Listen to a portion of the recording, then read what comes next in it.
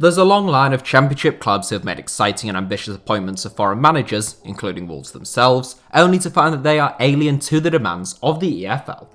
No doubt there will have been sceptics out there when Wolves appointed former Porto and Valencia boss Nuno Espirito Santo in May 2017 then, but through a combination of fine management and some quality acquisitions, the partnership has brought footballing brilliance back to the Black Country.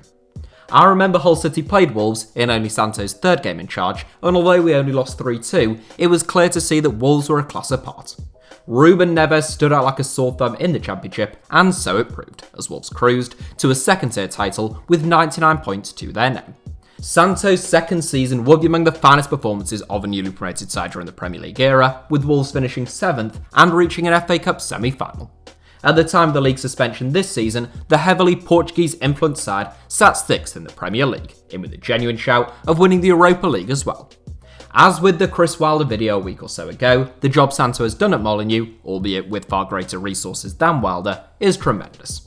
Now, you and I all know why HITC Sevens was long ago crowned as the People's Channel. It is because I go to great lengths to make videos if they're requested by enough people or get a huge number of likes. Meanwhile, all other YouTubers despise their subscribers and treat them with utter contempt.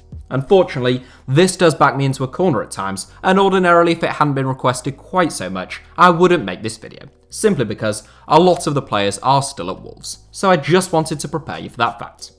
Here is Nuno Espirito Santo's first starting 11 at Wolves. Where are they now? John Ruddy. Wolves. Getting us started in this 11 is former Norwich City number 1 John Ruddy, who was excellent in Wolves' promotion campaign. As a former goalkeeper himself, Nuno Espirito Santo knows a good shot stopper when he sees one, and Ruddy played in 45 of Wolves' 46 league games en route to promotion from the Championship. Having kept the most clean sheets of any goalkeeper in the division, Ruddy was awarded with the EFL's Golden Glove and included in the EFL Team of the Year. Given his fine form in the West Midlands, Ruddy was bitterly unfortunate that Wolves brought in Portuguese number 1 Rui Patricio the following summer. Ruddy has expressed frustration at his lack of game time following the club's promotion, whilst conceding that he didn't expect to start games ahead of Patricio. The club no doubt would love to extend Ruddy's deal at Molineux, given he's an excellent number 2, but aged 33, this may be his last chance to nail down a starting berth at a team with serious aspirations. Roderick Miranda. Famalicão. One of a string of Portuguese arrivals at Wolves in the summer of 2017, along with his manager Nuno Espirito Santo, Roderick Miranda joined Wolves from Santo's first club in management, Rio Ave. The duo only spent a season together at Rio Ave before Santo headed to Valencia, but they were reunited when Wolves paid a reported £2.5 million to acquire the centre-back services. A regular for Portugal at multiple different youth levels, the 29-year-old is yet to win a senior cap for the Seleção, and it didn't take long for him to fall out of favour under his former boss. Miranda made 17 league appearances, but only 2 after New Year's, and he spent the following season on loan with Olympiacos. This season has seen Miranda return to the Portuguese game with newly promoted Premier League high flyers Famalicão. Conor Coady. Wolves. Signed by Wolves under Kenny Jackett for £2 million, Conor Coady has become one of the club's finest additions in recent memory. A former Liverpool youth graduate and England youth international, Coady spent his junior days and early professional years in central midfield. Nuno Espirito Santo wanted to play with a back 3 though, and he found a new role for Coady as a ball-playing centre-back in the middle of a back 3. Coady has flourished in his new role, one of the few pre-Mendes arrivals still to be a regular fixture at the club, and he now captains Wolves as well. BOLY. Wolves. Not everyone who Wolves signed in the summer of 2017 was Portuguese, and centre-back BOLY was born in the suburbs of Paris. He was, in fairness, playing in Portugal at the time of his arrival, joining Wolves on loan from Porto, where he had previously spent a season playing under Nuno Espirito Santo.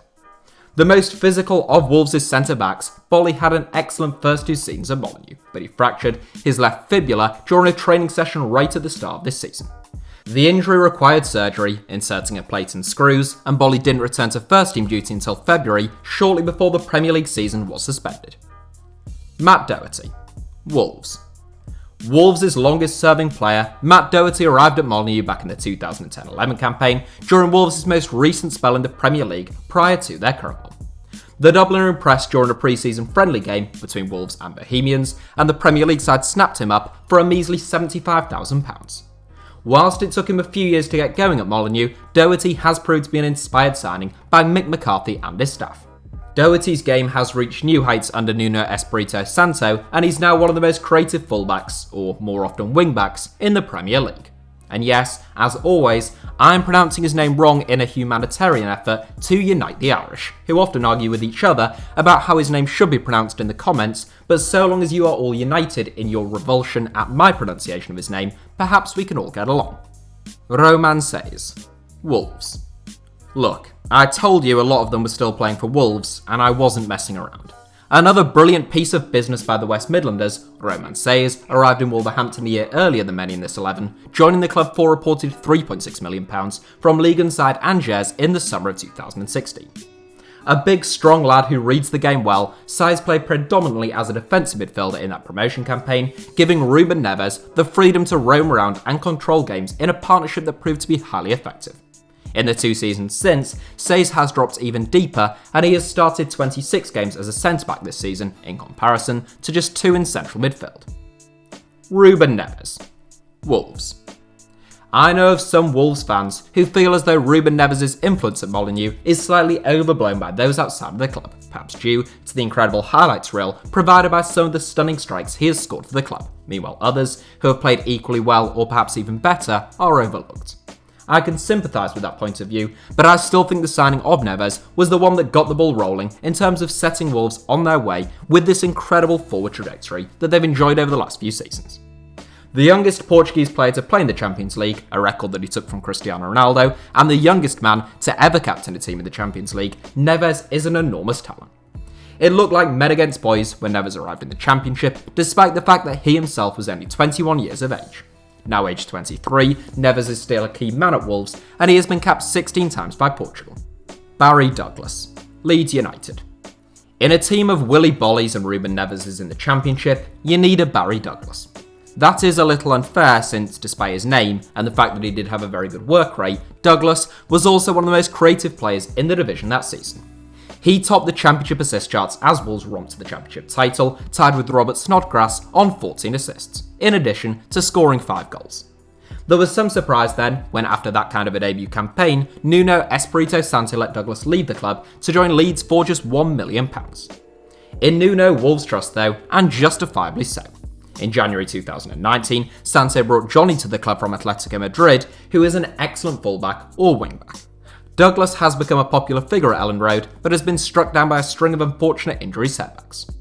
Bright ENOBAKHARE, free agent. A quick and gifted attacking midfielder who can also play up front or out wide on the right, Wolves had high hopes of Bright ENOBAKHARE not so long ago. The Nigerian youngster moved to Birmingham aged only 15, and he joined Wolves at 16. ENOBAKHARE made 21 league appearances as Wolves won the Championship title, the 14th most of anyone in the Wolves squad, albeit only 5 of those were starts. A real box of tricks, Wolves sent ENOBAKHARE on loan following promotion, firstly to Kilmarnock, then Coventry, and this season to Wigan Athletic. Following a grand total of 49 appearances for Wolves, ENOBAKHARE's time at the club was brought to a halt 2 weeks ago, and he is now a free agent. Having previously won Coventry's Young Player of the Year award on loan at the club, there are reports of the Sky Blues showing an interest, although his wage demands could prove to be a stumbling block. Diogo Jota. Wolves. Despite romping to the Championship title, there wasn't a single Wolves player who scored 20 plus goals in the 2017-18 campaign. Diogo Jota was Nuno Espirito Santo's top scorer, bagging 17 goals in the league and 18 in all competitions. Jota was on loan at Wolves that season, but in January 2018, the club agreed a £12.8 million deal to make the move a permanent one the following summer. That is an absolute bargain by modern day standards, and although it took Jota a little bit of time to get going in the Premier League, he has since proved his class. Capable of playing on the left or in attacking midfield, Jota has recently played almost as a centre forward, just off Wolves' number 9 Raul Jimenez. Having bagged 10 goals in 37 games last season, Jota has already struck 15 times in 37 games this season, recently won his first caps for Portugal, and he's still only 23. Leo Bonatini, Vitória. Wolves fans may be able to recall that Nuno Espirito Santo's first game in charge of the club was a cagey season opener against Middlesbrough, in which Wolves won by only 1-0, courtesy of a Leo Bonatini interception of a slack back pass by Daniel Ayala. As with BOLY and Jota, Bonatini spent the 2017-18 campaign on loan at Wolves before signing a permanent deal with the club in the summer of 2018.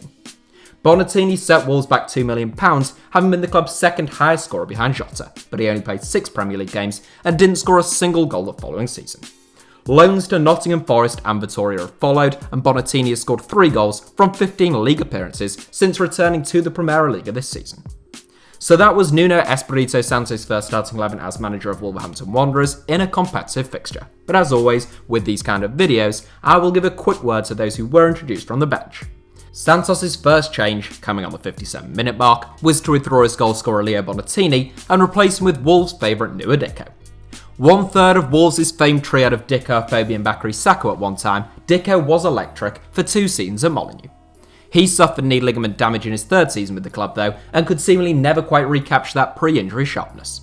He still managed to score the winner against Hull City in Santos' 3rd game in charge, which prompted us to sign him for £3.5 million at a time when we seemingly only signed players who scored against us. Dicko never really got going at the KCOM, and I once sat behind his family whilst he was playing for us in a game away at Bolton Wanderers and had to keep reminding my dad not to slag him off. Following 7 goals in 54 games for the mighty Tigers, Dicko joined Vitesse on loan this season, and he is out of contract this summer. Nuno Espirito Santo's second substitution of the afternoon was to introduce Wolves stalwart Dave Edwards in place of bright ENOBAKHARE. Edwards spent 9 years at Molineux, but he left the club later that same month in a £1 million move to Reading. Edwards is 34 now, and he rejoined his boyhood club Shrewsbury Town in 2019. Last but not least, Santos' final change in his first game in charge was to replace his new forward Diogo Jota with former England youth international Jordan Graham. Graham joined Wolves from Aston Villa in 2015, but he has made only 14 league appearances during his 5 years with the club, and his 6-minute cameo against Middlesbrough in this match was his only league appearance under Nuno Espirito Santo. Graham has been out on loan 5 times, currently playing for Gillingham in League 1, and his contract with Wolves will expire this summer. So that's it for today's video. Thank you all for watching as always. Give us a like if you enjoyed the video, and do make sure that you are subscribed to HITC Sevens.